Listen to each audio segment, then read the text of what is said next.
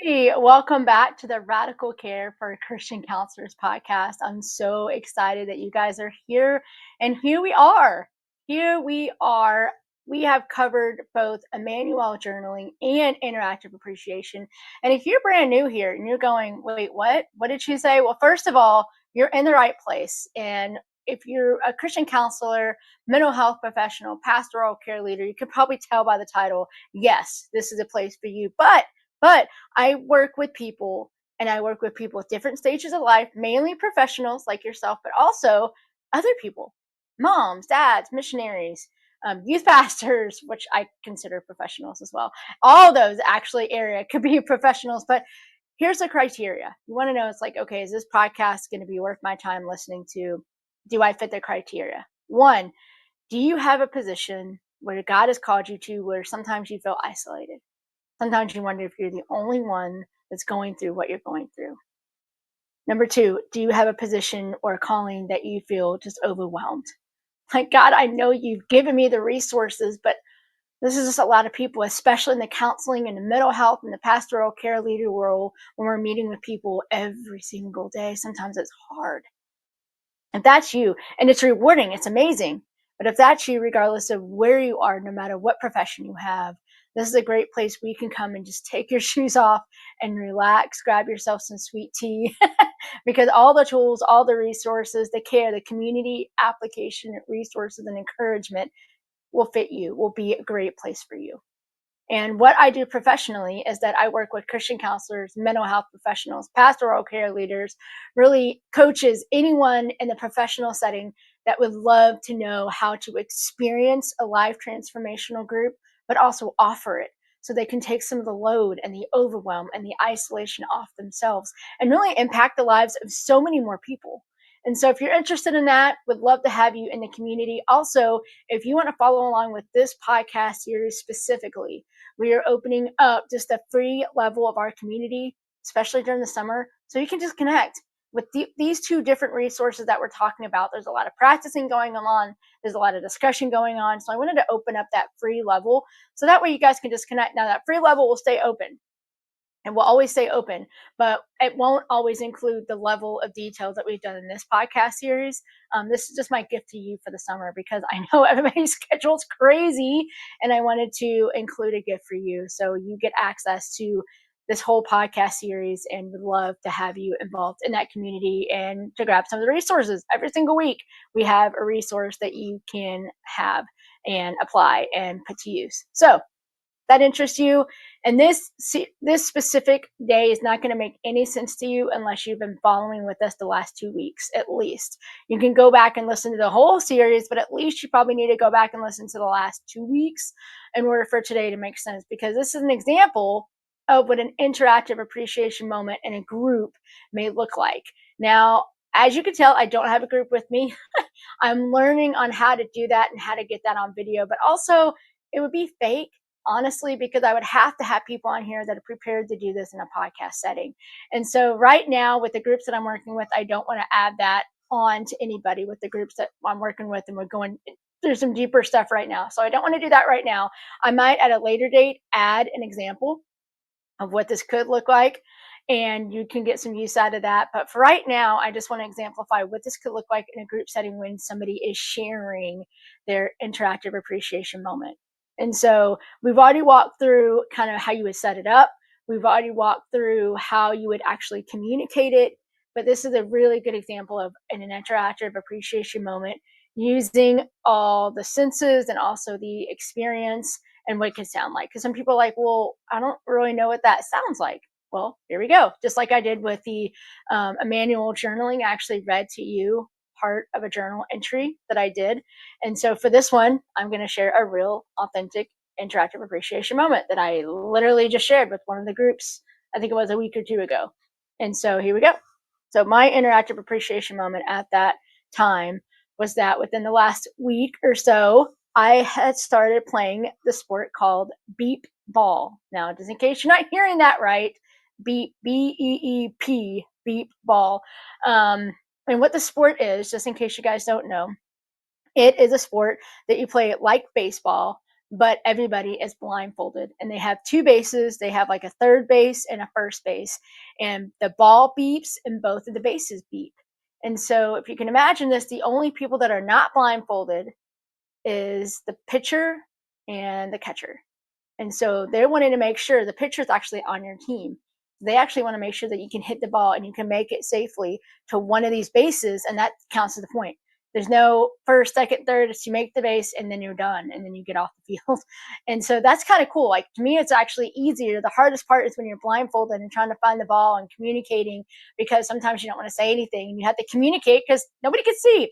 The best part of this is that it's for those who are blind or have vision loss like myself, and it's also for anyone because you're all blindfolded. And it's so cool because me and the boys had some of these side conversations, because I have three boys, for those of you that don't know, all preteens or teens, y'all. We're not going to go there. That's a whole nother episode. But anyway, I had them on here from periodic times because you guys enjoy those episodes. So they'll be back on here again. But my kids were with me that day, and it was so neat because they were having experiences that I get to have on a daily basis. And they're like, Mom, I never realized how hard that would be. And especially, I don't have a sense of direction with my sound. I can hear sound, but I don't even know the direction. So when I was up to bat, I want you guys to picture this. I was up to bat the first time, and they had the tee there, and they didn't have the blindfold. And I had the coach at the time looking at me, and he said, Bethany, you can do this. And he has vision loss himself, and he had vision loss himself. So he was kind of helping me, guide me through this. And I just remember being so frustrated because I saw the ball there. My depth perception has never been good, but especially within the last couple years, with the things that I've been going through, I've been losing even more vision. And so that depth perception definitely wasn't there. But I was so irritated because I'm still at that point where I still run into things where I'm like, I should be able to do this. Like, why am I not able to do this? So every day I hit things that may not be what I could do or what I could do easily a couple days ago, but it's harder today. And so just realizing how I adapt. And so my kids are on the outfield. Everybody's watching. We're all learning how to do this together. They're actually letting me hit the ball without a blindfold on. Everybody gets that trick. And I am swinging and I'm missing the ball over and over. And I can do this. I've done this before. This ball is not a baseball, it's like a softball size. And it's beeping at me, for all goodness sakes. And I'm missing the ball and I'm missing the ball and I'm getting frustrated. And the coach yells, Bethany, step away for a minute. Step away. And I am feeling irritated. I'm clenching my teeth. I notice my hands are tight and I'm sweaty. I'm irritated. I'm pacing back and forth. I don't want to look like an idiot in front of my kids. I want to show them off. If you're a boy mom, you're like, no, you are going down. I love you, but you're going down. You were trying to earn your respect on the field. And so I'm just like irritated. And this was my idea. This was my idea to play the game. Like, come on. And so I'm there, and he goes, Bethany, you already know how to do this blindfolded. You're trying to do something that everybody else should be able to do, but you've been given a gift that's even greater. And he went in to explain how vision loss, and I know we have a greater um, realization of our senses. And I kind of blocked that part out at the moment, but at the end, he said, Bethany, put your blindfold down or shut your eyes, whichever way you want to do it, and swing. That's all you have to do. Your body already knows what it needs to do. And so I took a deep breath like I am now, because that's not what I wanted to hear. Because once again, I have to do things differently, and I hate doing things differently. I still struggle with that. The real struggle. But I'm learning the more differently I can do things, the more adaptable I can be. So I get myself back up to the batter's box. I take a deep breath. I kind of glance over, and I can't see my kids, but I'm just imagining in my mind they're just laughing or disappointed or whatever, which wasn't the case, but that's where I went. The guy that's helping me, puts my bat out, and I decided to shut my eyes because, a blindfold's too visible. So I shut my eyes and I take a deep breath. They turn on the ball, they turn on the bases, or they get the bases ready. And I pull my bat back, and I remember asking God, if you could please let me hit this ball. Please let me hit this ball for my kids. I hit the ball, and I remember I didn't hear anything, but I remember the vibration. And if you hit the ball and not the sweet spot, it vibrates like crazy. And so I just remember feeling the vibration and then literally dropping the bat. The guy behind me had to tap my left shoulder or my right shoulder to let me know which way to go, because even then, even though I could physically, I didn't like, I could open my eyes, I couldn't see the base, but also I didn't know which base was going off. Like, I don't have direction. So he had to tap my right shoulder and I took off. And I just remember running as hard as I could to the base. And I remember hugging the base. And I remember opening my eyes, and because I actually shut my eyes because I don't know, I just do. And so he was beside me and I shut my eyes and I got to the base, and I realized, and I think my youngest came over, she's like, Mom, that ball hit the back fence. Oh my goodness. Okay. And every single time I hit the ball later on that day, I hit it on the first try. I never missed it once. So that was teaching me what God has been teaching me. It's so hard sometimes when your life changes, and my life is feeling like it's been continually changing, to see, okay, God, like, make some meaning out of all this. And what he's teaching me is how to do life differently, but also how to process loss differently, because loss is always loss. But there's always a glimmer of gold in the middle if we're looking for it. It doesn't make the loss any less, but it makes it so that we have both. And so I noticed that day, half of me was still grieving, but then another half of me was like blown away in awe of what God was doing. And so that's a really long, because I kind of got into it just a little bit because I like telling stories. So that was long. So a very shorter version would have just been when I was up to bat and I would already explain the game probably before I started, because it's a little harder one to share. So I'd explain the game before I got started, and then I would start it right from, I was up there and I was about to swing with my eyes open, and then this is what the guy said, and I felt horrible inside, and then I stepped back into the box, and then I went and I swung, and I felt the wind going through me as I ran to the base. I gripped the base and I could feel the fabric next to me, and I felt the heat of that base in that moment.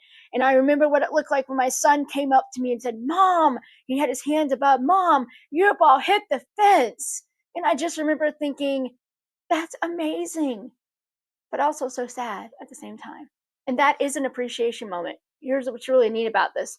This is an appreciation moment. Even if there's sadness involved, you could still feel the presence of God in the middle of that. And the more we share these stories, the more and the more that'll become apparent. So, with that being said, I hope you guys got something out of both ways of sharing. Again, I would set a timer for 2 minutes because, like me, I can get long winded and try to wrap it up. Also, there's those that barely make it to the 1 minute mark, and that's okay. We're not trying to get necessarily to 2 minutes. The whole reason of putting a timer on there is to get us used to sharing in a bigger group. If you have a small group of like 3 or 4 people and there's no time limit, go, enjoy, have fun. But if you need to keep it under a time pressure, that's where you put the 2 minutes down. So hopefully this gives you guys an example of an appreciation moment. Again, that was shared in a real group. And I got to do it. And I had some really curious questions that came back at me that day in a great, gentle way. And they really helped me wrestle through. I think the first time I shared this, I just expressed that I felt joy. And somebody mentioned, well, wouldn't you experience some grief in there too? And that hit me hard because I think I was just trying to share it, um, to like encourage, and be that brave warrior. And it was my own group that I was training. They came back and said, well, there should be some grief. Like, where did you feel that loss? And so when you really get to it, that safe environment, you can ask those curious questions and be around with each other, not fix, but just be around with each other in awareness. And so hope this encourages you today. I can't wait to hear how you are going to be practicing these interactive appreciation moments, both with your kids, both with your families, at churches and organizations. Share with me where you're doing this. And also, again, if you're brand new to all of this, or if you've done it a lot and you just feel alone in the practice, please come join our group. We want you to ask questions. We want you to be a part of it. I want you to walk away going, wow, I really learned a new tool and Bethany helped me. And not even Bethany helped me, but I have some people with me that are practicing and that are learning right alongside me. So with that being said, thank you so much for joining us for this series. We still have one more week left. We're going to tie all this together and we're going to talk about some troubleshooting. So just in case you start doing this and go, ah. So here's it's going to be some of the questions that you guys have asked over the last couple weeks, and we will tackle that together. So with that being said, my tagline is always dare to do more than just survive, step out and thrive. And you're doing that great with these appreciation moments. I'm so proud of you. All right, see you guys next week. Bye.